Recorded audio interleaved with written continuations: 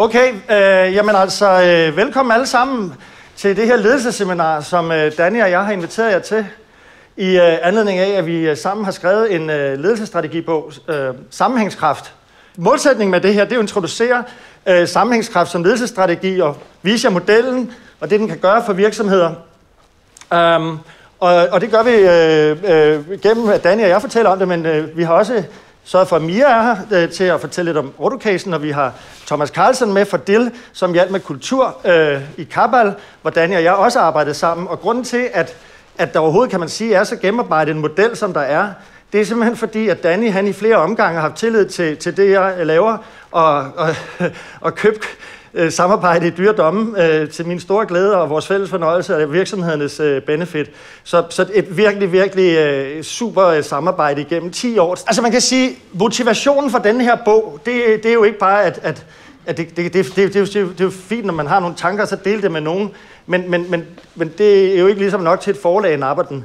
Det, der er hele ideen i det her, det er, at jeg gennem mit samarbejde, ikke kun med Danny, men med en lang række virksomheder, i de sidste 20 år har jeg jo drevet Momentum som virksomhed. Og det jeg bare har kunne se, både nogle virksomheder lykkes med, og andre ikke lykkes med, det er jo, at de fleste af jer har virksomheder, som har en ret veldefineret formål. I har også gjort jer nogle tanker om, hvad for nogle værdier vi har i virksomheden. Også nogle idéer om, hvad brandet er, hvordan brandet er koblet til måske formålet. Og der er en masse gode tanker inde i det, som Danny og jeg kalder for kernen af virksomheden. Men det, som jeg så har oplevet rigtig tit, det er, at det der med, hvad der er inde i kernen, det kommer sådan, ikke sådan helt effektivt. Det bliver ikke omsat til praksis. Det er noget, som lidt af nogle skåltaler. Det står på hjemmesiden, og når man har et møde med en potentiel ny kunde, så husker man måske også nogle gange at fortælle om, hvad ens rødder er og sådan noget. Men det lever ikke rigtigt i samarbejde ude i virksomheden, og det lever ikke rigtigt i lederskabet. Så det... Omvendt så fandt jeg også ud af, at hvis man kigger på sådan nogle virksomheder, som er ekstremt succesfulde, hvad er det, der kendetegner dem? Det er i høj grad, at det, der er inde i kernen af dem, det er også det, de lever. Nu tager jeg så et eksempel, som også fylder en del i bogen. Jeg har jo selv været på Lego, før at de var ved at dø, og så har jeg arbejdet sammen med dem i deres reengineering og så videre. Men Lego er jo et klassisk eksempel på en virksomhed, hvor det, de siger, det er også det, de gør. Det er det, de lever, det er det, de tiltrækker medarbejdere på.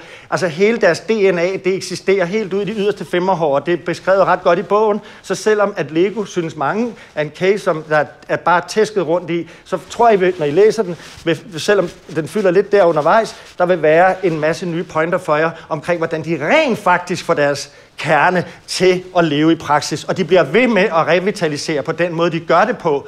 Kernen er faktisk den samme, men de revitaliserer hele tiden, hvordan de driver det, så de er en hamrende attraktiv arbejdsplads og en meget, meget attraktiv virksomhed for familier og børn.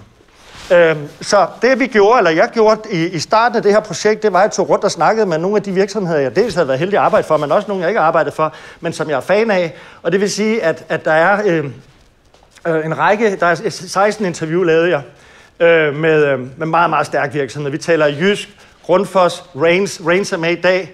Vi er meget internationale. Vi har svensker med. Vi har Mia fra Nordhavnen, og så har vi faktisk Jan Stig Andersen fra Madison Avenue, hvor han ikke bliver transmitteret live, men næsten, hvor han lavede en speak til os, som vi kommer til at høre fra hans nye flagship store der på Madison Avenue. Så det er cases i bogen, og der er flere, og det vil I også kunne sætte jer ind i. Det skal vi ikke trætte jer med her, men altså substantielt stærke virksomheder med afsindig stærk kerne, de lever i praksis, og en kæmpe inspiration. Og det har vi så brugt, Danny og jeg, til at definere, hvad vi forstår ved høj sammenhængskraft. Vi har brugt det til at skabe det i Ordo, og langt hen ad vejen virkelig lykkedes med. Og vi har brugt det til selvfølgelig at kalibrere det, vi skriver i bogen. Og først og fremmest kan man sige, at vi er nået frem til en definition af, hvad det er, vi forstår ved sammenhængskraft. Og ikke mindst ved høj sammenhængskraft. Det er jo sådan, at alle virksomheder har en kerne, alle virksomheder samarbejder, alle virksomheder har lederskab. Men det kan bare være på et lavt niveau eller på et højt niveau. De virksomheder, og det vi gerne vil hjælpe jer med i jeres virksomhed, inspirere til, det er, at høj sammenhængskraft, det er virksomheder, som har en veldefineret sammenhængende kerne. Det er ikke nok, at man bare har et formål, og så har man et brand her, og så har man nogle værdier her. De skal hænge sammen ind i kernen. Og det bliver fuldstændig konsekvent omsat til den måde, som virksomheden ledes på og samarbejder på. både internt, men også i relationen til deres kunder og øvrige omverden. Det er vores definition af det. Og så kan man sige, at selve modellen, hvor vi så arbejder med det, og vi kommer til at dykke ned i dag, her til morgen, det er, hvor vi ligesom siger, vi har i kernen med formålet, vi har værdier, kultur, brand og kundetilbud. Det er mange, der hænger det sammen, muligvis. Kommer det ud og bliver brugt i samarbejde og lederskab, der begynder det så at være knib. Det er det, vi gerne vil hjælpe med bogen. Det er det, vi gerne vil snakke med om i dag, inspirere til. Så vi kommer rundt i den her model meget mere grundigt, men den består, hvis man tæller efter, af 7 elementer, og det vi kalder drivkræfter. Det er kernen, det er samarbejdet, og det er lederskabet. Det er det, der er det, I skal styre på, hvis I vil tage sammenhængskraft ind som ledelsesstrategi.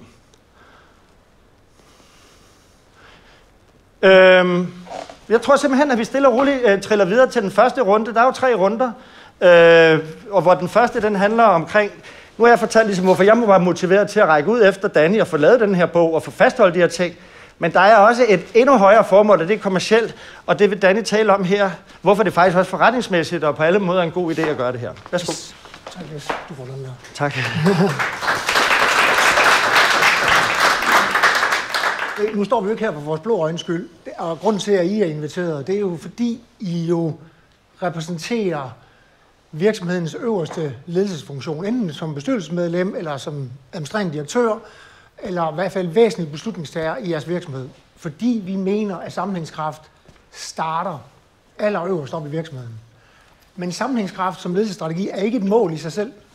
Det er et virkemiddel til et andet mål, og at skulle opnå det, vi mener, kan skabe konkurrencekraft. Så det vi ligesom fandt ud af gennem de interviews, som Jes han, har gennemløbet med de her 16 virksomheder, den praktik, som jeg har som leder og administrerende direktør i forskellige virksomheder har praktiseret sammen med Jes og ledergrupperne, det er, at vi kan se, at det hjælper nogle af de udfordringer, som enhver leder og enhver virksomhed står overfor i dag. Og til det vil jeg sådan set gerne prøve at liste sådan der var lige låst. Nogle af de ting, som vi mener summerer verden op i dag, handler jo rigtig meget om medarbejdere. Hvis nu tager medarbejdere og medarbejderressourcer og mængden af udfordringer, der er med at tiltrække de rigtige ressourcer, fastholde de rigtige ressourcer, så tror jeg jo, at det er personligt en af de største, hvad kan man sige, hurdles, man har som leder, det er at tiltrække de rigtige kompetencer til at gøre det, man gerne vil have, virksomheden skal gøre. Og hvordan sikrer man så den fastholdelse og den attraktion? Det er det, jeg kalder bæredygtig ledelse som begreb. Et væsentligt element for at hele tiden sikre, at du har en konkurrencekraft i din virksomhed. En anden ting, jo, som vi jo alle sammen kæmper med, det er jo alle de geopolitiske krige, cybersecurity. Nu har amerikanerne så valgt at strejke på den østkysten i USA med fragtrater, som potentielt kan begynde at stige igen. Vi har forsyningskæder, der har været i opbrud, og jeg kan jo blive ved. Kunder, der holder tilbage på grund af renten er for høj, og frygten for recession osv. osv. Der er så mange udefragivende faktorer, som påvirker det navigationsrum, man sidder med som leder af en virksomhed, som det, der kalder for forandringsevne, og ens evne til og vilje til at kunne forandre virksomheden ret meget, meget responsivt. Og sidst, men ikke mindst, så kan man jo tale om, at den ESG-dagsorden og den bæredygtige dagsorden for virksomheder, der skal være relevant i dag, og den efterspørgsel, som både kunder og medarbejdere har til en virksomheds pligt til at have en eller anden form for ESG-dagsorden, den er jo lige så præsent som det at fange ressourcerne, og som det at navigere i en omstillelig verden. Så, hvordan lykkes man med det? Og hvad kræver det? En af de ting, som helt sikkert er et krav, det er, at man opererer sin ESG-dagsorden ind i sin dagsordens planer. Altså forretningsorden, man laver det ind i sine forretningsplaner, sin strategi, man har det med i vision og mission, og man laver en troværdig plan for, hvordan man laver en triple bottom line i sin virksomhed. Det handler ikke kun om at tale om det, og som Jessen taler om, hænge plakaten op på væggen. Nej, det handler også om, at man troværdigt arbejder med det i sin dagligdag. En anden ting, som jo... nu fik jeg så lige... Jo, det er rigtigt, sådan En anden ting, som vi har talt om, det er jo det her med, hvordan laver man en attraktiv virksomhed. Både i forhold til, hvordan kunderne ser en, men lige så meget, hvordan medarbejderne ser en. Og der tror vi jo rigtig, rigtig meget på, at en af de krav, og vi kommer til at tale ret meget, det er, at mening og meningsdannelse, og det, at individet kan se mening med det, vedkommende laver per se i sin rolle, lige så meget som det, at virksomheden repræsenterer som virksomhed overall. Er det interessant at tiltrækkes i den virksomhed? Er det helt sikkert interessant at søge ind i den virksomhed? Såvel som er der mening med det arbejde, jeg foretager mig, når jeg er inde i virksomheden? For ellers så stikker folk af igen. Og det er en væsentlig del af det, jeg vil kalde en bæredygtig lederskabsagenda. Så inklusion, diversitet og sørge for, at der er mangfoldighed i virksomheden. Afgørende. Fordi ellers så kan man bare tale om en ansvarlig vækst ud fra en ekstern ESG-dagsorden, og så glemmer man de indre sociale dagsordner, der er i forhold til at fastholde medarbejdere. Og så er der jo hele spørgsmålet om at kunne navigere i en verden, som skifter fra den ene dag til den anden. Og jeg er en sokker for, at jo tydeligere processer, jo tydeligere et spilsystem, du har i en virksomhed, jo nemmere er det for en medarbejder og virksomheden som helhed at navigere i forandringer. For du ved, hvad du skal forandre. Hvis der har et kaossystem, hvor ingen ved præcis, hvad de laver i hverdagen, og når der så kommer forandringer udefra, så bliver det kaossystem virkelig underholdende at se på. Fordi der kommer ikke det output ud af det, som man ønsker, og man kan ikke stille om i den hastighed, man ønsker det. Det samme gælder med, tydelig delegering. Hvad delegerer man til? Kaster man bare bolden ud i rummet og håber på, at nogen der tager den? Eller er man rent faktisk optaget af, hvem der har det ansvar, der skal eksekvere på den delegering, der sker? Så der er nogle helt klare krav til, hvordan de her tre elementer, de tre succesfaktorer, kan blive indfriet. Og det sjove er jo, at vi mener jo så, at sammenhængskraft som ledelsesstrategi er med til at understøtte nogle af de krav, der stilles for, at de her tre succeskriterier, de bliver opfyldt. Og det er jo så den finding med de analyser, som både Jes har lavet, og de praktiske erfaringer, jeg har, det er, at sammenhængskraft som ledelsesstrategi understøtter din konkurrencekraft. Og det gør det primært, fordi du har en højere sandsynlighed for at lykkes med de her tre succeskriterier. Så kan man jo have en diskussion om, man synes, at de her tre succeskriterier er de rigtige, de mest relevante. Men vores erfaring er bare, at de virksomheder, vi har talt med, de virksomheder, vi har arbejdet i, de har været sindssygt dygtige til at kunne navigere i modgang, i turbulens og i de udfordringer, der er med at skaffe medarbejdere. Det er det, vi ser. Så, hvorfor er det her så mega vigtigt her? Det er jo så fordi, at vi mener jo, at det her, det i sig selv giver en helhed og en kobling imellem, at hvis man kan forstærke kernen og kernens fortælling ud i virksomheden og i brugen af de værktøjer, som I anbefaler, så er der en langt større mulighed for at skabe meningsfulde oplevelser af det at være i virksomheden, og en meningsfuld historie af det, man fortæller ud til kunderne om virksomheden. Og meningen med det øger bare motivationen. Sådan per se. Altså, det giver bare mere mening at være der, og så bliver man bare mere happy i at levere på de ting, og dermed har man en større forandringsvilje i det, man render rundt og laver. Så den modstand, en virksomhed måtte modtage eller blive udfordret til, de vil blive mødt med større kampvilje og interesse for at lykkes. Man vil så at sige hoppe i åen for, at virksomheden lykkes med det, den er udsat for at komme tilbage på sporet. Og så sidst, men ikke mindst, så synes vi jo, at er man skarp på det her, er man skarp med at få koblet kernen og kernens fortælling og de elementer, der indgår i det, ud i dens praksis, ud i den virksomheden, så bliver det et kompas for det, at medarbejderne og ikke mindst kunderne ser på og navigerer efter, når hverdagen den udfolder sig. Så, de damer og herrer, det er jer, det handler om. Det her, det kommer ved Gud, ikke af sig selv. Man skal være enormt insisterende på, som leder, at få det her til at fungere. Og man skal tage det som en væsentlig strategisk beslutning allerede øverst op i virksomheden, helt op i bestyrelsen, for at være sikker på, at det har nogen gang på jorden, når det kommer ud i virksomheden. For hvis I ikke gør det, og det er derfor, I sidder i det her rum, og det er derfor, I er inviteret til det her rum, det er, at hvis I ikke gør det, så fader det ud. og så bliver det kun halvgjort. Og sammenhæng er en kæde, og en kæde af mennesker, der arbejder sammen for at få det her til at lykkes. Så det starter med jer, og det starter med den kultur, som I et eller andet sted repræsenterer ved at tage det her til jer som en insisteren. Og kultur er noget, som Thomas og jeg, vi har dyrket en del. Og nu begynder jeg at bevæge mig over i et håndværkskasse i form af at skulle introducere Thomas på agendaen som en væsensfaktor i, hvordan vi angreb ikke nødvendigvis kultur i Cabral per se, men vores bekendtskab indtraf i, jeg tror det var 2016, hvor at jeg var koncernchef i Cabral med, jeg vil sige, en noget fragmenteret kultur, som stak i alle mulige retninger. Og det blev ret tydeligt allerede i starten, at hvis den virksomhed her nogensinde skulle få et fælles fodslag, så var vi nødt til at adressere, hvad det var for en kultur, vi havde i dag, og hvilken kultur, der var afgørende for, at vi kunne lykkes med den plan, vi havde fremad. Og det var Thomas en væsentlig konsulent og bidragsyder og inspirator til.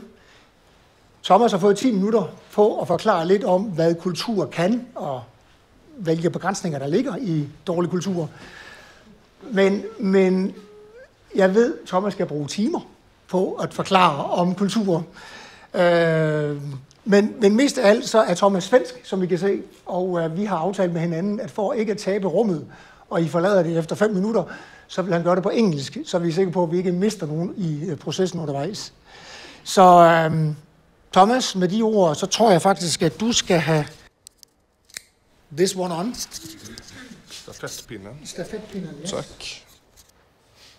Og så vil jeg leave it for you. Perfect. Thank you. Welcome. Good morning, everyone.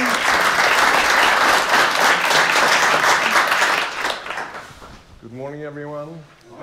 As Danny said, my Danish is pretty poor. But I'm learning. I'm learning every day. I have a client in, I think you say Greve. Yeah. They greet me every time I come to the office with some kind of for helvete. You may have to help me to translate it later on so I understand what it is. Anyway, I run a company called Dill. We have a 40-year history where we started to work with 12,000 individuals within Volvo. And we worked with them for 4 years to understand what motivates people to perform and at the same time feel good about it, both physically and mentally. 12,000 individual meetings during 4 years. And so we understand that there's a sort of a structural perspective of an organization and an operation, and it's also a cultural perspective. You can say that the structural perspective, the strategy, how we organize, etc., is owned by the company. And the culture is owned by all the people in the company. So that is sort of a base that we have to understand. And as these guys in Harvard says, we can see at the same thing, but from 2 different perspectives. And that means a little bit and sometimes a lot of differences in how we perform, how we do what we do, etc., etc. One of the things we discovered in our studies is the phenomena of these 2 systems, how they interact and how they sometimes do not interact, and what happens then. And where do we find the motivation? Where do we find the meaningfulness? And where do we find the sammanhängskraft in this? It's to find the balance with these 2 different perspectives. And it's sort of a fantasy, but I believe that you spend a lot of time on the right side. Because that's what CEOs do, managers do, boards do. We spend a lot of time analyzing the market, making up our strategies, decide upon where we want to go, in what pace, a lot of priorities. We need to find a way to organize ourselves, right? Structural. We need some processes, how we're going to do what we're going to do, how the work will proceed, how the client will be traveling within our company. And we have a lot of IT systems that supports that. And we managers, directors, we make a lot of decisions here. And when we do that, we also need to understand the other side of things, the cultural side. What will all our decisions meet when we have to get them out? Is actually a strategy when the board has signed off? Or is it a strategy when it's adopted by the culture? Guess what we believe. Anyway, what do you find in the cultural system? Yes, values, of course. Yes, you were talking about values. And this is not the values that we find on the web page, right? 2 clicks and we find the company values on the web page. That's not the values we're talking about. We're talking about what people value in the culture. Why am I here? Why do I stay here? We have a lot of cultural rituals. It's like when you go to a new place, a new customer, client, or a new employer. So how do they do it here? We can have the same thing in our place, but it's not the same. Danny asked me at Kappahl, why are people always having 30 minutes fika break on Fridays? 300 persons at the same time? It says 15 minutes here. And he said, we have to do something about it. I said, no way, don't do it. Don't go there. Because the culture sort of wins. We all know Peter Drucker, right? And we have a lot of symbols, and we have a lot of heroes in the culture.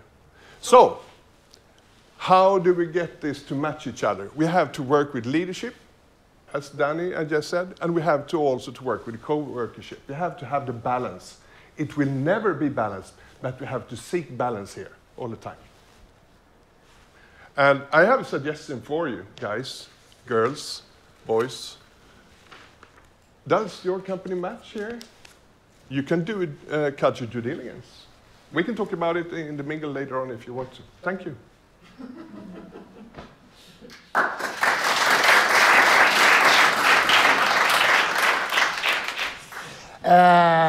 Tak. Jeg vil bare sige, at det her med ritualer og værdier og rutiner skal man absolut ikke undervurdere. Og den ubalance, der typisk er imellem det usete, det udefinerede, det udiskuterede omkring de kulturelle værdier, som man ikke lige har på papir, kontra de politikker og strategier og andre systemer, man har på papir, så kommer det skrevne til at overrule det uskrevne.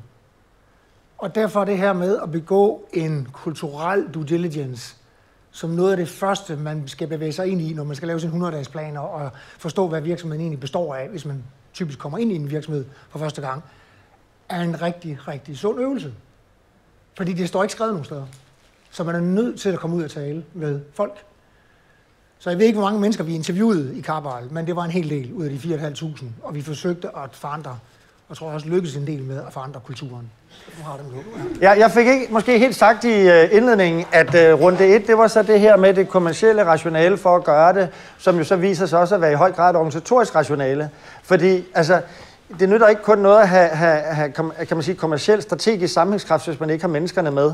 Og en af de ting, vi har erfaret, som egentlig spiller meget fint sammen med det, du siger, Thomas, det er, altså, og det er også noget, der har vokset frem i de her 10 år, hvor jeg har været meget aktiv med de her ting, det er, at der sker et skifte fra, at man ansætter efter kompetence, og så håber man på, at mennesket passer. I højere grad, så ser vi mange ledere nu, når de rekrutterer, så vil de være sikre på, at de mennesker, de tager ind, det er nogen, der kan lide virksomheden, som køber ind i dens kerne, og vil kunne lide at være der. Og så kigger vi så på kompetencen, og så vælger vi selvfølgelig den, som passer kulturelt, menneskeligt og så videre til virksomheden, og har den højeste kompetence. Men rigtig meget historisk, tror jeg, I kan genkende det, man har ansat et meget dygtigt menneske, som bare ikke passer ind i virksomheden. Hvem har prøvet det? Prøv at række hånden op. Ikke? Det er der mange af der har prøvet, ikke? Altså, fordi man bliver helt forblændet af den der faglighed, men vedkommende er simpelthen fuldstændig en hund, der spiller kejler ind i virksomheden, eller direkte counterproductive og skaber en masse dårlig energi, som smitter af på hele foretagendet. Så det her sammenhængskraft, som Danny han i talesat, og Thomas også i talesat, det handler i høj grad om, at vi også tør stå ved, hvem vi er, når vi rekrutterer. Vi vil have mennesker, som passer til det her.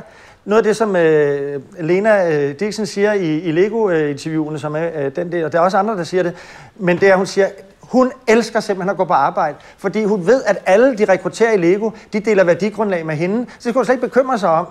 Så er der nogen af der sådan vil være intellektuelle og sige, men det kan også godt være, at der var nogle lidt skæve personer og ting og sager. Men grundlæggende, så er læreren, når vi drifter derudad med det tempo, at vi er i vækstvirksomhed som Lego og Range, vi kommer til at høre, så er det altså en fordel, at vi lige er kulturelt bundler ret godt med hinanden.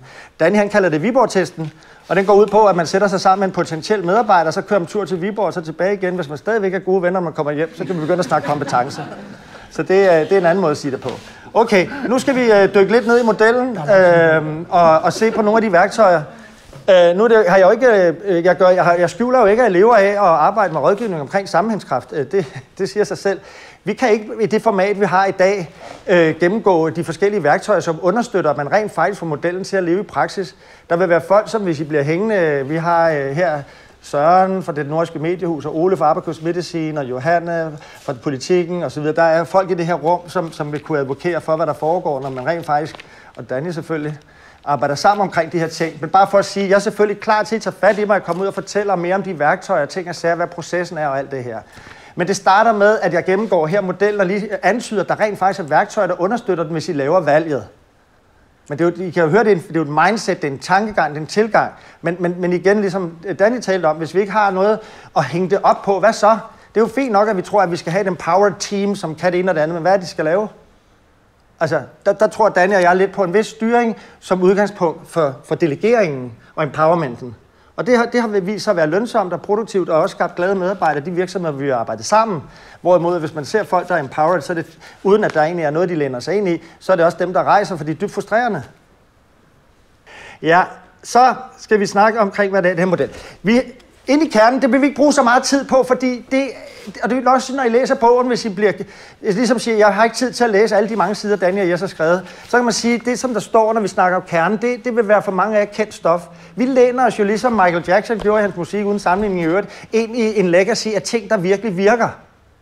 Det vil sige, når vi snakker brand, og når vi snakker formål, så har vi ikke 100% opfundet nye brandmodeller. Sådan, så der læner vi selvfølgelig ind i noget, der virker, og så kombinerer vi det, fordi det, der er historien inde i kernen, vi læner os ind i Dills erfaringer med at arbejde med kultur, og Thomas, du læner dig også ind i en lang tradition for, hvordan man laver kulturel analyse. Så sådan er det med det hele. Men det, som er det nye, det I skal tage med inden for kernen, det er, at vi vil have det til at hænge sammen. Det nytter ikke noget, at vi snakker. Altså for eksempel det helt klassiske lige nu, som faktisk en af mine kunder her i rummet har oplevet, og vi er ved at rydde lidt op i det, det er, at man snakker, for eksempel bare, når vi går ned og snakker brand, hænger brandet sammen med formålet. Det må det gerne gøre, specielt i B2B-virksomheder, må det gerne hænge sammen med formålet med virksomheden, det vi har i vores brand og det vi har i vores værdier. Hvis der ikke er en tæt sammenhæng der, så er der et eller andet, der ikke rigtig er gennemtænkt nok. Men det, der jo meget ofte sker i øjeblikket, det er, at man arbejder med brand, og så er noget, som hedder et employer brand. Hvor mange af jer har arbejdet med employer brand? Hvor mange af jer har skabt en tæt sammenhæng mellem brandet, altså corporate brandet og employer brandet? Prøv at række hånden op. Det er lidt færre. Og det er problematikken. Et employer brand, det har ingen mening i min optik, i vores optik, hvis det ikke er connected med corporate values. Så det er ret væsentligt. Bare som et eksempel på, hvordan man skaber sammenhængskraft i praksis. Så er der værdier, der er formål, der er kultur, der står en masse gode ting om det. Men det, som Danny og jeg har gjort, og Danny kommer tilbage til i runde 3, det er, at vi har lavet et assessment tool, hvor man rent faktisk går ind og scorer, er vi stærke på hvert af de her elementer. I samarbejde ligger der 2 elementer, så vi når op på 7. Og dem scorer man, og det kommer Danny meget mere tilbage til, så man kan se, hvor er vi henne.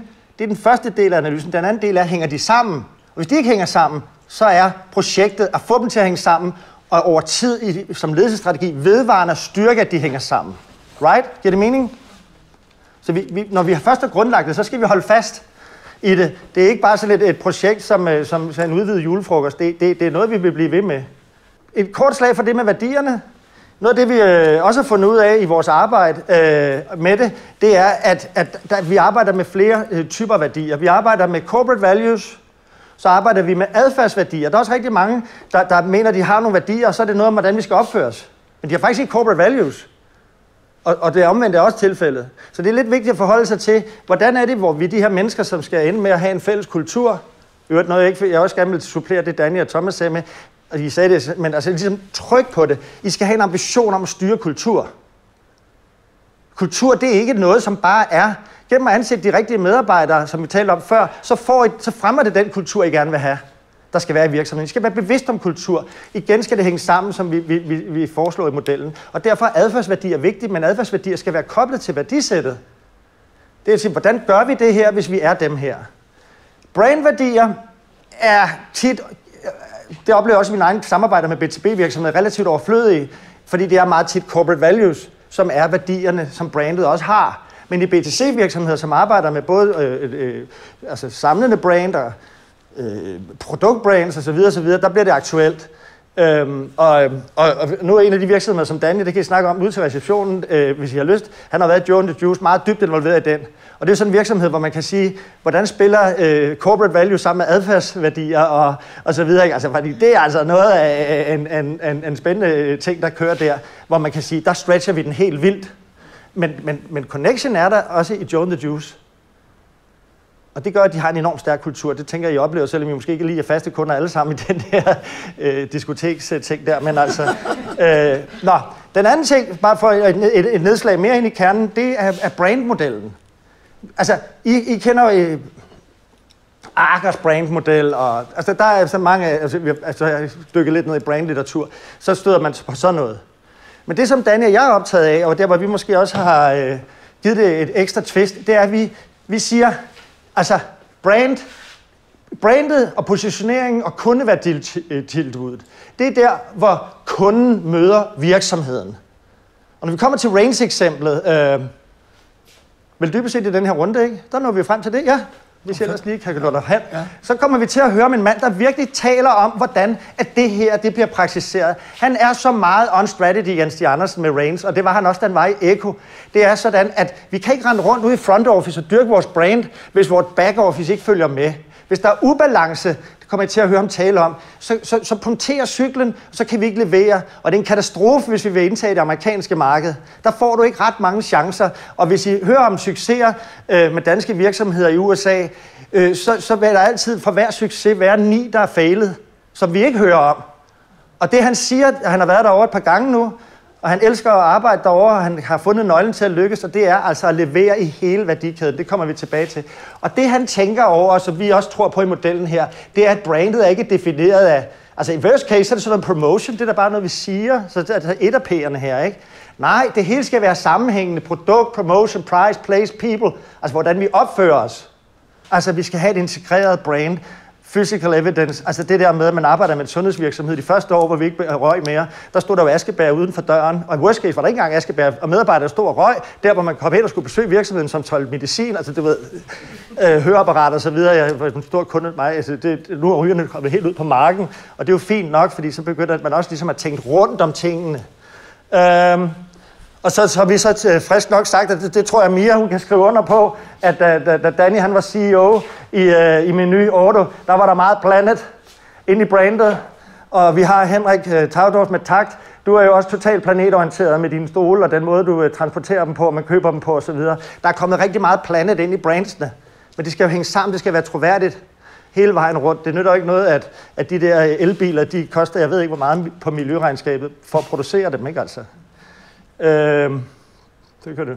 Nå, så kigger vi så i samarbejde. Samarbejde, det er jo det allervigtigste i forhold til at få kernen til at leve i praksis.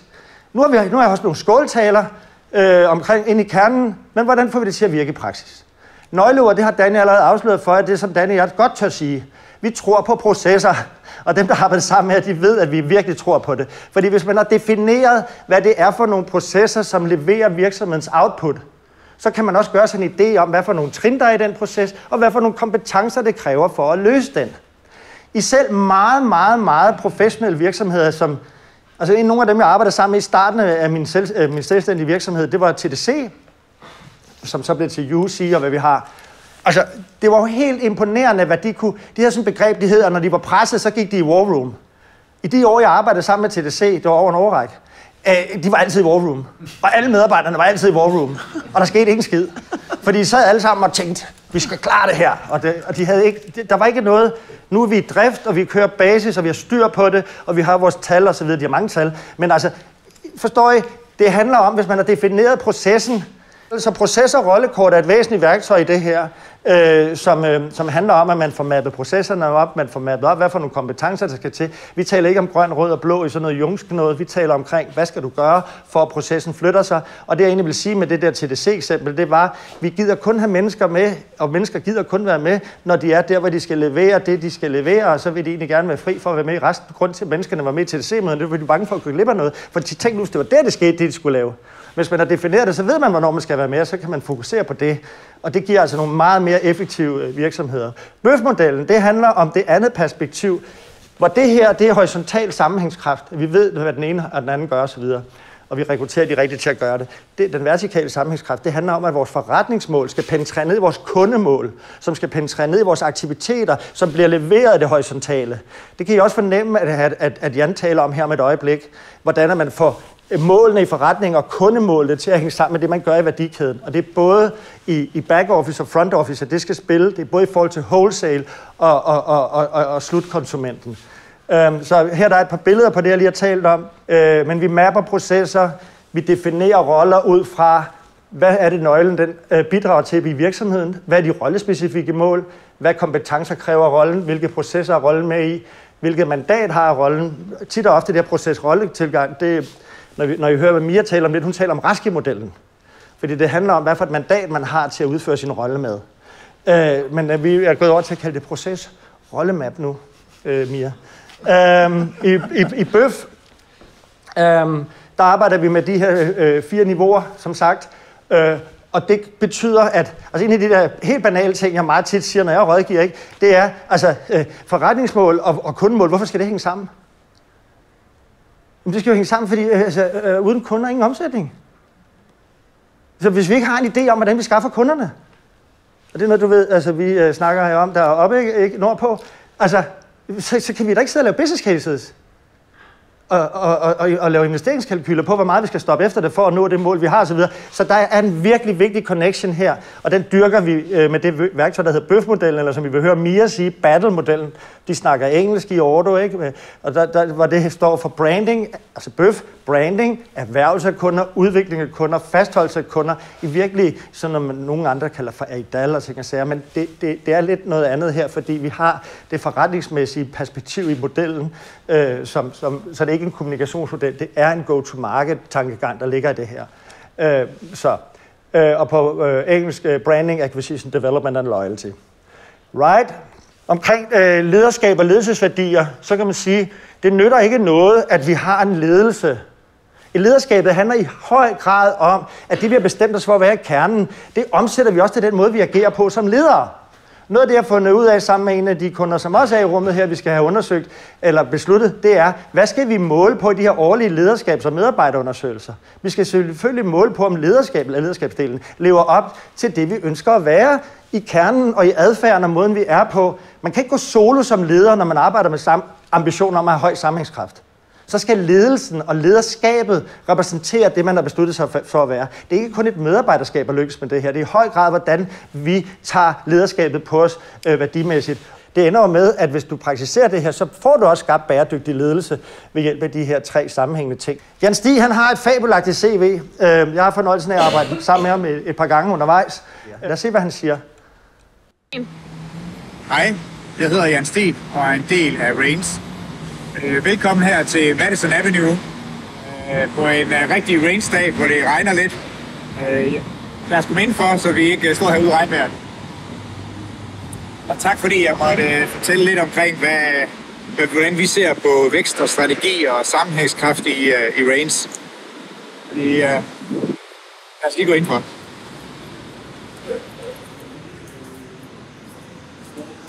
Det er jo en super turbulent verden, vi lever i lige nu. Mange geopolitiske udfordringer. Der er mange teknologiske udviklinger. Der er en masse med bæredygtighed. Og lige nu der har vi jo ekstra mange udfordringer med den politiske situation her i USA. Og det der er spørgsmålet, det er, hvordan navigerer man i sådan et system? Hvad er det vigtige? Og der er en af de ting, som vi opererer med i vores strategi, det har været sammenhængskraft.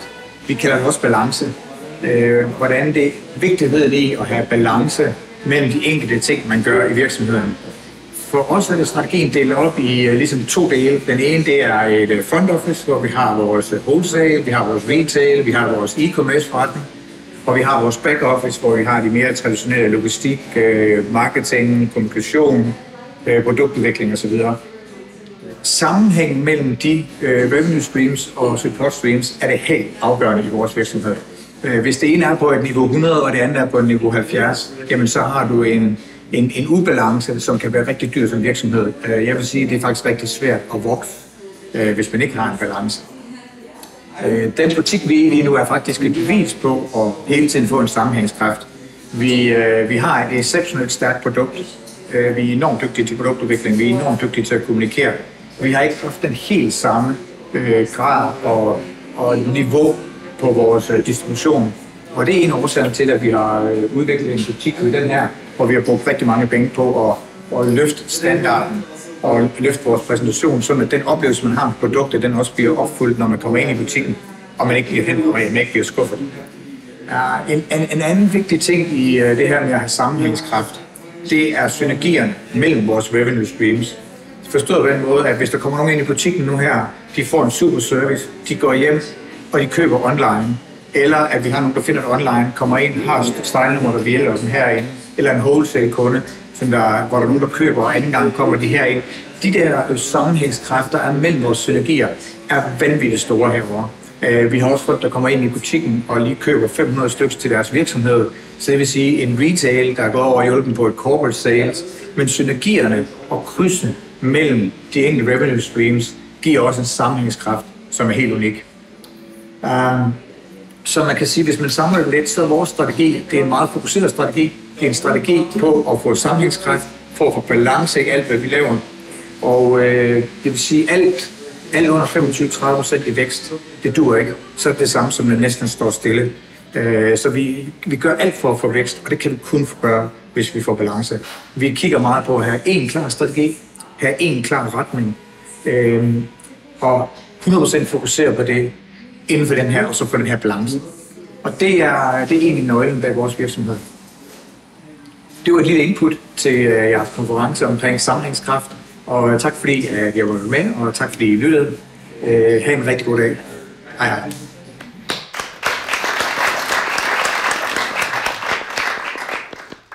Og vi klapper selv sagt, fordi at Jan kommer til at se videoen. Så tak for det. Opsummerende for det med værktøjerne og hvad vi vil med dem. Det vi vil med de her værktøjer, det er, at vi vil sørge for, at vi skaber et arbejdsmæssigt grundlag for at skabe den vertikale og horisontale sammenhængskraft, som jeg synes, Jan meget fint får i talesat her, og hvor han virkelig får understreget, det nytter ikke noget med, at det vil lykkes ud i fronten, hvis back-officen ikke følger med, osv. Og de nøgleværktøjerne, det er bøfmodellen til det vertikale, det er proces- og rolletilgangen forankret i virksomhedens værdikæde, som er det horisontale, og det som, hvis I møder mig, I ikke kan komme til at undgå, jeg kommer til at fritte jer for at arbejde med de ting. Ikke fordi I er dårlige til det, men fordi at det altid kan blive stærkere. Det kan virkelig altid blive stærkere, og så har I den her attraktive arbejdsplads. Så lader vi simpelthen Danny springe op til at tage runde 3 sammen med Mia, hvor vi snakker omkring, hvordan man så implementerer det i praksis. Ja, tak Jes.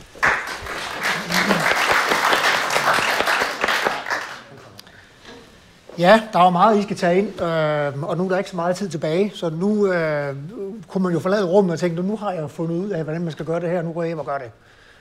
Og så siger jeg bare, held og lykke. Så ikke for, at I skal fare vildt i den øvelse, så har vi faktisk også i bogen brugt noget energi på at anvise nogle idéer til, hvordan man så kommer i gang med det her. Vi skal huske på, at vi jo arbejdet med det her over tid. Vi har konstrueret modellerne, og den sammenhæng, der nu ligger i den model, som Jes lige præcis har gennemgået over tid, og efterhånden fundet en model og metode til at angribe det, hvis vi skulle starte helt forfra. Og noget af det, vi har fået ud af i løbet af den her bogskrivningsproces, det var, at vi gad da godt have læst den her bog for 10 år siden.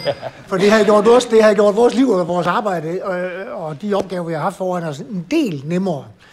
Så det, vi vil prøve her meget kort, men i bogen noget mere fyldestgørende, det er at beskrive, hvordan kommer jeg ligesom i gang med det her i min virksomhed. Og lad os prøve at give jer nogle idéer til det, og så ved jeg, at Mia i sit indlæg kommer til at fortælle lidt om, hvilke udfordringer man har, når man skal prøve at arbejde med det her i praksis. Men lad os prøve.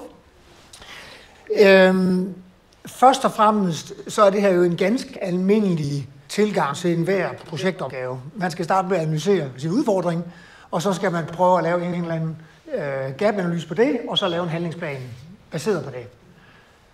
Der er ikke noget rocket science i det. Det, der er nok væsentligheden i det, der fremgår af den her model, det er faktisk punkt nummer 5. Det her, det stopper aldrig. Så man kan ikke bare nøjes med at lave en plan, og så ruller man en strategiplan på det, og så i 2026, så finder man på noget nyt. Det her, det arbejder for en hele tiden og så igen. Og det er faktisk her, problemstillingen den er størst. Det er at holde fast i det. Det er ikke at lave en plan, det er faktisk at holde fast i planen. Og blive ved med at eksekvere på den, for ellers så bliver den utroværdig. Og er der noget, der er gift for samlingskraft, det er, hvis tingene bliver utroværdige. For så falder hele skidtet fra hinanden. Så lad mig prøve at tage jer igennem processen her engang. Vi har talt rigtig meget om de 3 drivkræfter. Kernen, samarbejde og lederskab. I bogen forklarer vi, at det består af 7 elementer. 4 under kernen, 2 under samarbejde, og så sidst ledelsesværdierne, som Jes berørte lidt kort til sidst. De 7 elementer er jo selvfølgelig væsentlige for at få sammenhængskraftmodellen til at fungere i praksis. Og derfor er opgaven jo selvfølgelig at finde ud af, hvor står vi henne i forhold til de her 7 elementer. Hvad er styrken i dem? Og der ligger så nogle forskellige opgaver, man skal igennem. Nu skal I ikke læse, hvad der står lige præcis på det skema her, men det vi anviser i bogen, det er et skema med en række spørgsmål, hvor I starter med at lave en grundanalyse. Har vi grundlaget på plads på de her 7 elementer? Vi har så valgt efter moden overvejelser nogle spørgsmål ud, som vi mener dækker de spørgsmål, man skal stille sig selv, sin arbejdsgruppe. Og her tænker jeg altså ikke kun ledergruppen. Her tænker jeg i høj grad jeres betroede medarbejdere. Dem, som kan svare inden for de her 7 elementer, som har noget på hjertet, om det er brand, det kan være over i kultur, det kan være, hvordan processer virker i en virksomhed. Få fat i de mennesker, der arbejder på tværs af virksomhederne, og finde ud af, hvordan står virkeligheden virkelig til i jeres virksomhed. Hvor er det skidt punkterer undervejs. Få fat i dem, tal med dem, stil dem spørgsmålene, som vi forsøger at lægge op til her, og lave en scoring, ganske almindelig subjektiv scoring på, hvor gode er vi på det her fra 1 til 5. Og under de øvelser, så kommer I frem til, hvad er state of nation i vores virksomhed, når I har været igennem den her øvelse. Og så finder I ud af, shit, vi har kun scoret 15. Eller der er nogle områder, hvor vi er sindssygt gode, og andre områder, hvor vi bare scorer 1. Vi er pisdårlige. Og der er bare vores konklusion, det er, at I er nødt til minimum at være average på alle 7 elementer, for overhovedet at gå videre til næste spørgsmål, der handler om, hænger de her elementer sammen? For en ting er, at de er dygtige i sig selv, eller gode i sig selv, og de er defineret, og yes, vi har en brand-definition. Smukt. Men den hænger ikke sammen med vores værdier, eller den hænger ikke sammen med vores formål. Men vi har i hvert fald beskrevet vores brand. Fedt. Så det, der er den næste øvelse, det handler så om, er det troværdigt, det vi render rundt og siger? Hænger det sammen med det, vi gerne vil have til at hænge sammen? Og hvordan scorer vi os selv ud fra de spørgsmål, som vi så har valgt at stille jer som læser? Hvor troværdigt er det, de hænger sammen i vores hverdag? Og så scorer man igen 1-5 og en eller anden max-score på 35. Man kan så vælge at sige, vi kommer ud med en score 40. Det synes vi er for lidt. Det er sgu ikke nok til at sige, at vi har sammenhængskraft i vores virksomhed. Vi skal minimum have 60 eller 70%, så vi har nogle opgaver, vi skal have løst. Der er nogle af de her elementer, nogle af de her sammenhænge, som vi skal have forstærket. Og det er så der, hvor den tredje opgave kommer ind. Det er at få kortlagt det, defineret, her har vi nogle væsenskabs, så vi er nødt til at få lukket af. Det gode er, hvis I bruger jeres medarbejdere og de personer, som er skarpe til at kunne svare på nogle af de her spørgsmål, så har I jo allerede startet implementeringsrejsen. Og det gør det jo en hel del nemmere, når man så skal til at begynde at lave den her forandring i virksomheden, at man rent faktisk har brugt folk undervejs. Skemaet findes i bogen. Den findes også på momento.dk, hvor Jes lægger den op til fri anvendelse. Men der er også mange samtaler omkring det her, som man jo selvfølgelig både kan trække på mig og Jes, når det gælder så, hvad er det for en øvelse, man skal igennem her, for at det her det virkelig kommer til at virke. De af jer, som sidder og kigger ind i at købe virksomheder, der er det her skema genialt. Fordi hvis du skal tage en temperatur på en virksomhed, så kan du prøve at starte med at stille de her spørgsmål, selv i forhold til den virksomhed, du sidder og kigger på. Har de styr på deres shit? Hvor mange steder har de det defineret, når man stiller de her spørgsmål? Hvor andre steder får de et vævende svar? Hvad vil du med den her virksomhed? Hvor er vi på vej hen med den? Hvad er formålet med den? Hvad har I nogle interne processer, der fungerer? Eller er det bare happy-go-lucky? Og så videre, så videre. Det giver en temperaturmåling på, hvor virksomheden er hen i dag. Det giver så et svar på, hvor man skal løse den og forstærke den. Nu sidder jeg og kigger på nogle af mine Executive Capital-kammerater her. Så der er lidt at arbejde med her, og det gør bare, at på en meget enkel måde, så kan man lave en relativt hurtig analyse. Lad mig prøve at give et eksempel på et af de 7 elementer, nemlig kundetilbuddet. Og der har vi så løftet nogle eksempler frem her. Jeg vil våge den påstand, at der er rigtig, rigtig mange virksomheder, hvor medarbejderen ikke kan rejse sig op og sige, hvad er vores kundetilbud? Det kan godt være, at de kan rejse op og sige et eller andet, men hvis jeg så beder 5 forskellige medarbejdere om at svare på det samme spørgsmål, så er jeg ret sikker på, at I får 5 forskellige svar. Eller i hvert fald nuancer af det rigtige svar. Og der må man jo så spørge sig selv om, hvad er det i vores kundetilbud, hele vores kerneforretning tager udgangspunkt i, hvis ikke engang medarbejderen ved, hvad fanden de render rundt og laver i deres hverdag. Så det er jo et væsentligt spørgsmål at stille sig selv i sin hverdag som leder og som afdelingsleder og i funktionerne i almindelighed. Hvad render vi rundt og laver? Har vi styr på, at alle ved, hvad de render rundt og laver? Jeg havde fornøjelsen af, og i Executive Capital har vi en god partner, som har en fabrik, der laver emballage til Novo. Emballage. Pilledåser. Noget så enkelt som pilledåser. Fabrik. Ud, ind. Samtlige medarbejdere 2 gange om året kom igennem kundetilbuddet. Hvad er vigtigt for vores del af forsyningskæden, at skal fungere? Hvorfor er du ansat her? Hvad er du en del af en større fortælling end bare at lave pilledåser? Tror I, de medarbejdere, de har en bedre forståelse af, at de render rundt og laver på den fabrik, end andre medarbejdere har? Det tror jeg. Og jeg synes, det er sindssygt godt tænkt. Og han er revisor. Så tænk lidt over det her. Det er bare et eksempel på de 7 elementer og de mange spørgsmål, vi stiller jer. De kan være provokerende, de kan være reflekterende, men mest af alt, så skal de skabe et moment for jer i jeres videre arbejde med at få det implementeret. Nå, så prøver vi lige at bevæge os ind i noget, der handler om fastholdelse og optimering og fortsat optimering. Jeg siger, at det her er ikke bare one-man job, one time. Det handler virkelig, virkelig om at fortsætte med det over tid. Nu kommer der en lidt busy slide her, men det, der er interessant med det her, det er, at man kan i sin årskalender, som enhver virksomhed jo har, enten beskrevet vel, eller i hvert fald den naturlige del af ens virksomheds kvartals- og måneds- og ugenlige arbejdsopgaver, kan man jo indoperere sit sammenhængskraftstrategi i de aktiviteter, der normalt foregår i en virksomhed. Der er normalt one-to-one. Der er årsomtaler. Der er andre hvad kan man sige, proces- og operationsopgaver i hverdagen, som har møder og som har go-and-stop-frekvenser, hvor man skal tænke sammenhængskraft som ledelsesstrategi ind i de formater. Så det handler ikke om at opfinde en nyt årskalender, man bygger det ind i sin årskalender. Men en af de væsentlige ting det er have i hvert fald 1, hvis ikke 2 gange om året, et stop, hvor I tænker, den forretningsstrategi, de forandringer, vi har lavet i den plan, vi oprindeligt sagde sidste år, hvad har det af påvirkning på vores sammenhængskraft i forhold til de processer, vi besluttede sidste år, i forhold til de roller og kompetencer, vi har brug for, og de ledelsesværdier, vi mener, vi står op for hver eneste dag om morgenen, når vi møder på arbejde. Er der noget her, der skal kalibreres?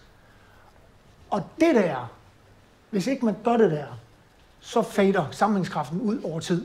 Og så gennemskuer jeres medarbejdere, at I ikke er troværdige med det, I render rundt og laver. Det, I har stået og sagt på en skoletale på et tidspunkt for et år siden, det hænger ikke sammen med det, vi så gør i dag, fordi man ikke har kalibreret den nye strategi og den nye plan for det kommende år med de processer, de kompetencer osv. Så, I sidder her i det rum her, med det formål, at hvis I vil det her, så skal I først og fremmest insistere på det. Det starter med jer, det starter med bestyrelsen, det starter med direktion og CEO først og fremmest, og det er derfor, I er inviteret. Ellers så kommer det ikke til at fungere. Værdierne, om I nu vælger dem her eller nogle andre, vær klar over, hvilke ledelsesværdier I har.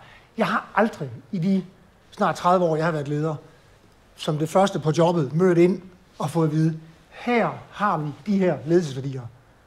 Der måtte jeg jo selv finde ud af, hvordan fanden jeg ligesom ville conducte det og bygge. Jamen jeg kommer jo som jeg er, og så har jeg den rygsæk med, og så praktiserer jeg jo den ledelsesværdi, jeg har. Spørg jer selv om, har I defineret jeres ledelsesværdier? Hvordan gør vi ting? Så, find balancen mellem de hårde og bløde værdier. Sørg for, at I bruger de forer, der findes, både lederforum og one-to-one osv., at talsætte dem. Sørg for, at I og du og jer, I sidder i rummet her, at I er forretningsledere, fordi ellers så kan I aldrig nogensinde komme til at holde fast i strategien. Jeg håber, det giver mening. Nå, nu skal vi over til noget, der er meget mere spændende. Vi skal nemlig høre på, hvordan man så rent faktisk bliver udfordret med det her i hverdagen. Og til det har vi jo så valgt at kaste Mia op foran scenen her, fordi hun har sammen med mig i vores opgave i det, der var en menu, og det, der blev til Ordo. Og for dem, som ikke ved, hvad det er, så er det en møbel- og interiørvirksomhed, som udspringer af Menu, som er helt tilbage fra 70'erne. Vi endte med at købe både Bay Lassen og Brødrene Petersen og en masse række rettigheder til nogle produkter, som foldede sig ud til at blive det, som i dag hedder Ordo. Sælger i 55 lande. Jeg var CEO for det fra 19 til 23, og havde den glæde og fornøjelse at være sammen med Mia i den opgave at forandre og skabe ikke det, vi definerede som sammenhængskraft, men det, som blev sammenhængskraft. Og Mia, hun var i den grad en change agent og en frontrunner og ambassadør for, ja, det vi har stået og talt om i dag. Så med de ord, så vil jeg faktisk overlade stafetten til dig, og skal lige se, hvor langt det er kommet i den her. Der, nu får du den der. Tak for det. Jamen, tusind tak for invitationen. Bare lige for sådan at sætte scenen fra, hvor vi startede, så blev Ordo og dengang Menu opkøbt af Polaris i 2018. Og der gik vi fra at være en familiedrevet virksomhed til pludselig at være ejet af en kapitalfond. Og det var lige der, hvor at jeg så startede. Og man kan sige, at i en familiedrevet virksomhed, der er tingene ofte, beslutningerne de bliver ofte truffet på baggrund af nogle mavefornemmelser og følelser. Og det gjorde de også hos os. Det føltes lidt som sådan en rock and roll virksomhed, man kom ind i. Så der var i den grad brug for en fælles retning og noget struktur på vores processer. Så det var en rigtig stor fornøjelse, at da Danny kom ombord, og vi begyndte at arbejde med battle og raski. Det vi er på den slide, skal være.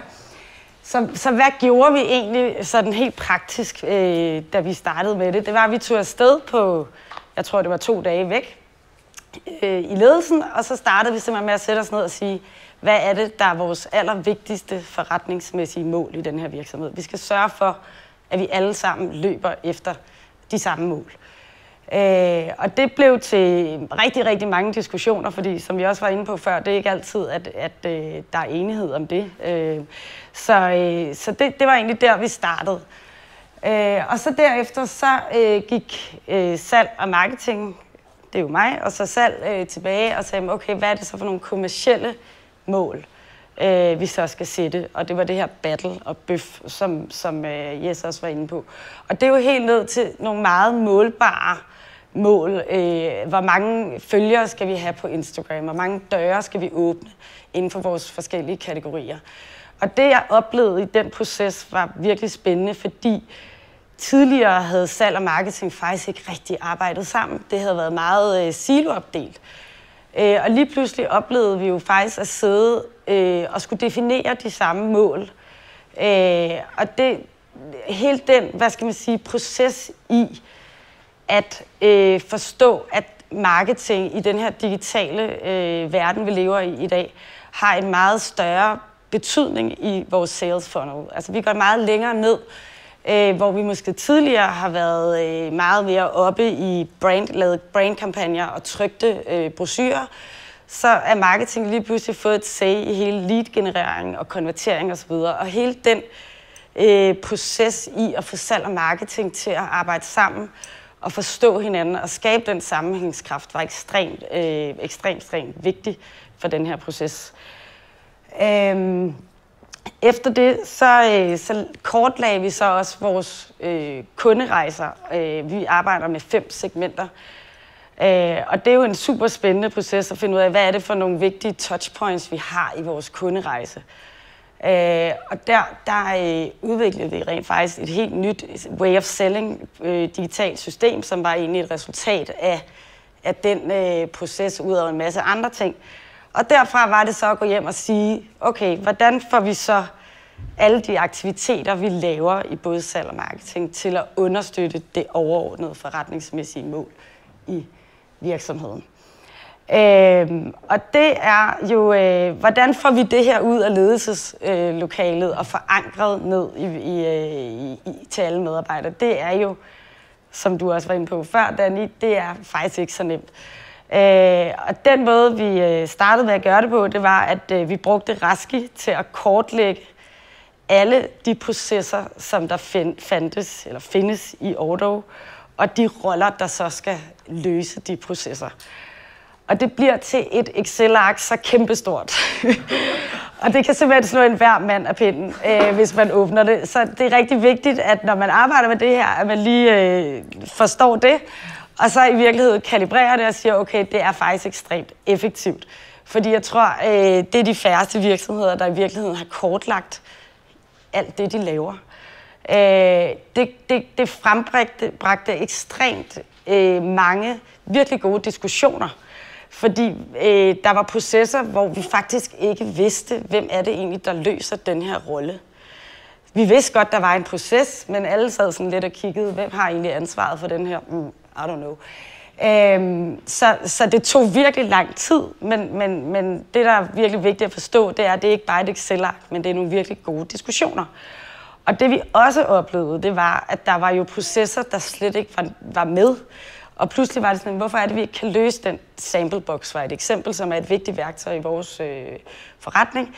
Hvorfor er det, den aldrig kommer ud til tiden? Og når vi så gik tilbage, så var det, der var faktisk ikke rigtig nogen, der ejede den proces. Og dem, der sad i design, de troede, at det var dem i marketing, og dem, der sad i salg, troede, det var dem i marketing, og så sad vi sådan lidt og kiggede på hinanden. Så det var sindssygt vigtige diskussioner at have. Og det vi så efterfølgende gjorde, det var, nu skal jeg passe på, at jeg ikke... sådan der. Det var så, at når vi så havde fået defineret alle de her roller, så gik vi jo så hver især hjem i vores teams, og ligesom sagde, okay, hvordan fordeler vi dem så i vores teams, de her roller? Og hvordan giver vi medarbejdere den empowerment til at løse dem? Så det udløste jo også nogle spændende samtaler i de forskellige teams. Og det, som det også gjorde, det var, at jeg kunne meget bedre gå tilbage og sige, det er den her retning, vi har som virksomhed. Det er det her, der er vores mål, og det er sådan her, vi skal løse det. Og igen, den her sammenhængskraft, som vi har talt om så meget, det er sindssygt vigtigt, og der var det her bare et virkelig godt redskab. En anden ting, vi også oplevede, det var under corona for eksempel, hvor det ramte jo os alle sammen, og jeg tror, alle oplevede det at være stærke på digitalt. Altså på en e-commerce site for eksempel var et stort potentiale, og på det tidspunkt havde vi slet ikke nogen webshop. Så ret hurtigt var vi bare sådan, vi skal have en webshop, og det skal gå hurtigt, og det skal vi have på 2 måneder. Og det er ligesom at have et værktøj, hvor man siger, du gør det, og at hele værdikæden er med, for det er den, når man skal lave en e-commerce site. Der er alle med. Der oplevede vi faktisk Raski som et super godt værktøj til det. En anden ting, hvor Raski er rigtig godt, det er, når jeg sidder med mine medarbejdere og har en-til-en samtaler for eksempel, så ved de præcis, hvad det er, der er forventet af dem. De ved, hvornår de er en succes, og de ved, hvornår virksomheden er en succes. Og det er jo faktisk ekstremt vigtigt, når man sidder og snakker om, hvordan skal du prioritere din tid, og hvad er det for nogle opgaver, der er vigtige for, at vi løser igen det overordnede mål. Og det har jeg virkelig oplevet som rent ekstremt powerful. Altså også i forhold til, hvis der pludselig er en, der stopper, så er det ret synligt, hvad det er, den person har haft af ansvar, og man kan hurtigere ligesom få det fordelt til nogle andre, så man skaber momentum. Og så tror jeg, at det sidste, det er jo en sindssygt vigtig ting i det her, det er, hvad kræver det så? Fordi det kræver simpelthen en CEO og en ledelse, som understøtter den her model. Fordi det er ikke noget, der kan leve kun blandt medarbejdere eller kun op i ledelsen. Det skal ligesom leve begge steder. Og det, der også er rigtig vigtigt, det er, at man hele tiden formår at kommunikere det og bruge det sprog, som Raski er. Fordi det er jo også det, man oplever, når man begynder at bruge sådan et værktøj, så kommer der sådan et fælles sprog i virksomheden, der siger, du har R på den, eller du har S på den. Og det er bare vigtigt, at man, når man onboarder nye medarbejdere, at man sikrer, at de får det samme sprog, og de faktisk også forstår, hvad det betyder. Og det er simpelthen, det er meget, meget vigtigt for, at det her, det kan blive ved med at leve. Fordi det er ikke et statisk værktøj, altså det er jo noget, der hele tiden også skal opdateres. Så det vi havde, det var, at vi havde det som et fast punkt på agendaen i vores ledelsesmøder, og nogle gange tog det 30 sekunder, fordi der var egentlig ikke noget nyt at tale om, og andre gange kunne vi tale om en proces i 20 minutter. Så det der med, at det egentlig altid var der, tror jeg er sindssygt vigtigt. Så jeg tror egentlig, det var ordene for mig, og I er velkommen til at stille spørgsmål også herude, eller hvis I har lyst. Men tak.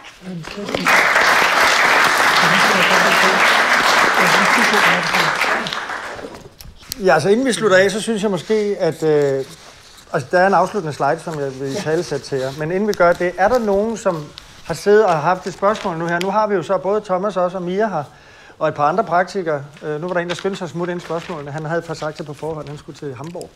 Men ja, er der nogle spørgsmål, I brænder for at fyre af? Ja, værsgo. Så taler vi om processen. Ja. Step 1, 2, 3, tror jeg, var det beskrevet. Ja. Hvor langt skal du være i 1, før du går videre til 2? Eller kan du kigge, hvis du ikke er klar på alle 7 punkter? Ja, men det er mega godt spørgsmål. Det, Dan spørger om, det er, opgave 1 handler jo om, har du grundlaget på plads? Ja. Og det vi sådan set siger i bogen, det er, og det er vores antagelse, det er, at scorer du under halvdelen af dine point på grundlaget, så svarer det lidt til, at du sætter bilen i gang med halvpunkteret dæk. Og der siger vi så, vores anbefaling er, start lige med at få justeret på dit grundlag.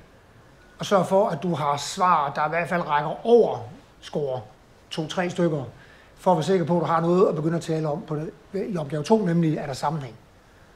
Det er vores tilgang til det, og jeg tror, det handler lidt om, er der luft i alle dækkene, for at du helt taget kan begynde at sætte det her i fart. Det tror jeg vil være et stærkt udgangspunkt. Er der en tidshorisont i de her? Jeg tror, det kan jeg snakke om. Ja. Det kommer jo lidt an på, hvor stor din virksomhed er. Ja. Fordi nu ved jeg ikke, hvor lang tid du er fra Booz jo. Jeg ved ikke, hvor mange år du har været med der? 3 år. Ja, men der er en rejse før du kom så, ikke også, hvor de ikke var nogen som helst. Og der kunne man gøre det her meget hurtigt. Og så hvis du er en stor virksomhed, Danis Kabal-virksomhed og en kæmpe virksomhed, børsnoteret i det høje indeks og så videre, altså der tager det noget længere tid. Så det handler lidt om en kontekstuel svar. Men jeg vil sige noget andet, det er, at mens at du at du laver analysen i etteren, så kan du godt, hvis du sådan ligesom har en dygtig en til at hjælpe dig, så kan du godt arbejde med toeren også, fordi du skal jo skabe sammenhæng mellem det, du finder ud af i etteren. Men det vi egentlig siger, det er, hvis du eklatant ringe på de fundamentale ting i kernen, altså du ikke ved, hvad dit formål er, så lad være med at starte på at lave et sammenhængskraftsprojekt. Lad os lige finde ud af det først, og så videre. Ikke? Det er ligesom det, der er pointen. Men hvis du er ligesom den halter i et hjørne med brandet eller et eller andet, så kan man godt bygge det, mens vi cykler, ikke? Ja. Men det vigtige, det er, at som supplerende også til det, Mia sagde, det er, at, og egentlig også med dit spørgsmål lidt, det er, at sammenhængskraft er ikke statisk. Og Danny taler omkring, at vi skal vedligeholde ved at have bygget ind i vores årshjul. Men det, der er sammenhængskraft i dag i en virksomhed, det er ikke det, der var sammenhængskraft for 10 år siden. Fordi at fundamentet altså i samfundet og menneskerne og alting ændrer sig. Så hvis vi ikke følger med og opdager, hold da kæft, der kom noget med noget diversitet der kom noget med det ene og det andet, så fanger vi det ikke, hvis vi ikke har det her årshjul kørende med det, som Danny foreslog. Og det, som Mia, hun står her i dag, er stadigvæk i Ordo, og en repræsentant for at holde fast efter CEO'en er væk. Det er det er jo kæmpe. Altså, du skal jo ikke begynde at udfritte os med, eller fortælle os om alle mulige detaljer om, hvordan det er nu. Vores case stopper jo for 2 år siden, ikke? Eller hvad man kan sige, ikke også? Men du er her, og du lever det, og CEO'en er væk, og det har overlevet CEO'en. Det er jeg pisse stolt over, altså undskyld, jeg bander, ikke? Altså, det er stærkt. Nå, yes.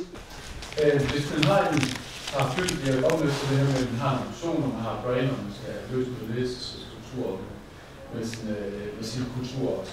Hvis man har en paraply, og i den her paraply er der 4 satellitter, altså forskellige brands, forskellige strukturer der, er det muligt at implementere det her under paraplyen, eller skal man ud i alle 4? Jeg synes jo, det er jo et mega interessant spørgsmål, fordi det er netop der, vores kaos opstår. Fordi jeg har jo været, da vi solgte Ordo, solgte vi jo ind i en virksomhed, der havde 8 andre brands. Ja. Og der bliver det jo så lige pludselig, hvad er corporate values, hvad er din brand values, hvad er dit brand adfærd, og hvordan fungerer de der ting i hinanden. Vi har faktisk et kapitel omkring det i bogen, omkring de forskellige brandhierarkier og strukturer i forhold til, hvis du har multibrand problemstillinger. Men jeg synes i hvert fald, og det er et langt svar, der kommer ud af det her nu, det er endnu vigtigere at få styr på det der. For ellers så kejler de der brands rundt mellem hinanden, uden at være ret tydelige med, hvem de skal være over for deres kunder. Altså man kan sige supplerende til det, Dannys svar der, ikke? Det er, altså hvis jeg var din rådgiver, og du har den situation, så vil jeg starte med at få styr på corporate. Ja. Altså corporate er afsættet for at have styr på resten, fordi de her brand kurser derudaf, det er jo forskellige fortolkninger af det, der er i kernen forhåbentlig. Så i virkeligheden er der meget mindre arbejde at gøre ude i product-brandet eller det her brand, i den brandfamilie, end der er inde i kernen. Det er kernen, der definerer og styrer, hvad vi så afviger fra. Der brugte jeg lidt det eksempel med Joe and the Juice. Altså, det der foregår derude, det er jo fortolket i forhold til en kerne, som de er loyale overfor, men det ser jo helt anderledes ud. Men det er jo kun nogle gestalter derude, som er anderledes end det, der er inde i kernen af de mennesker, der ejer virksomheden.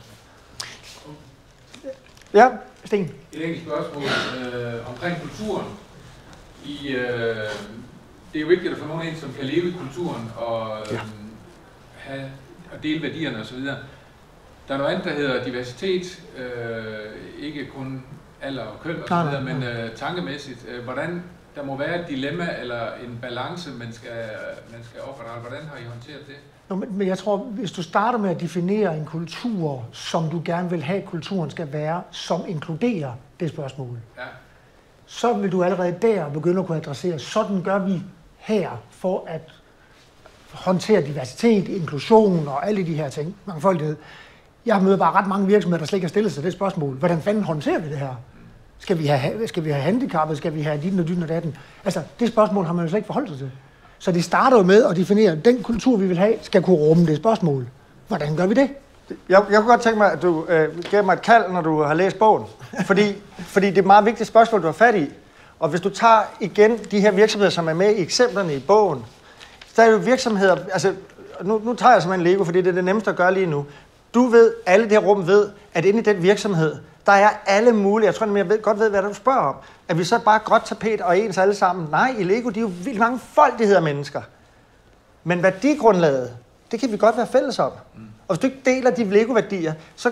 Altså, der er jo fuldstændig weird, skøre mennesker, men de deler Legos værdigrundlag. De deler den mission og den passion, de har for at skabe kreativ udvikling og leg. Alle sammen. Og værdierne, der understøtter det, har de alle sammen, men hold fast i forskellige. Så forstår du, hvad jeg mener? Altså, du kan sagtens være meget forskellige, og så være i kernen ens, eller have respekt for hinanden. Det er ekstremt vigtigt, hvis man arbejder sammenhængskraft som ledelsesstrategi og kommet op på kurven, at man så holder fast i den, har vi sagt. Men hvor mange af jeres virksomheder, hånden på hjertet, laver systematisk, prioriteret, grundig onboarding, hvor man fortæller om, hvad virksomhedens ledelsesgrundlag forklarer din rolle i forhold til virksomheden, hvor du er, det eksempel, du gav for din capital der, Daniel, undskyld. Altså den måde, hvor mange af jer praktiserer det inden for den første måned? Ingen. Der var så 1,5. Ikke? Der er ekstremt meget værdi at hente, og når I kigger på de virksomheder, vi har i bogen, som er så succesfulde, det er altså Jysk, det er Rains, det er Lego, det er afsindigt stærke virksomheder, som er med i den bog. Og det er de blandt andet, fordi at de ikke stormer afsted, fordi at den der ansættelse skulle være fundet sted for 3-4-5 måneder siden, og nu er det bare derudad. Og så er vedkommende væk efter et halvt år, fordi det er forfærdeligt at være der. Det levede slet ikke op til det, man havde forestillet sig. I skal simpelthen skynde jer langsomt i onboardingen. I må ikke bare løbe derudad, og jeg har desværre kunder, som heller ikke husker, at de har et fantastisk ledelsesgrundlag, og i talesæt alt det her overfor, når de får nye medarbejdere. I får det 10-fold tilbage, hvis I skynder jer langsomt i starten, seriøst. Det er en kæmpe opfordring hertil til sidst. Og så være disciplineret omkring det. Og noget af det, som Mia og søster Johanne ved siden af har hjulpet mig med at muliggøre for sig selv, det er at investere i en digital løsning af det her. Altså, at man rent faktisk har noget digitalt til at understøtte det. De værktøjer, jeg muligvis kommer til at tale med nogle af jer om, og I kommer til at læse om i bøgerne, det er vigtigt, det er digitalt. Det er vigtigt, at man kan bruge det, man kan finde det frem. Det skal være nemt at bruge det. Og så, som Mia også fik understreget, gør det til en del, hvis I har sammenhængskraft som ledelsesstrategi, fordi I ved, at den gør, at I får en enorm, høj sammenhængskraft. Det er det, I går efter. Så får en virksomhed, som leverer bedre resultater, så tag det med ind på ledelsesagendaen, sådan som Mia beskrev. Tusind tak, fordi I støttede op omkring det her. Jeg håber, I får inspiration ved at læse bogen, og vil bruge Danny og jer, for nu ved jeg, at vi har noget på hjerte omkring det her. Tak for det. Tusind tak for det.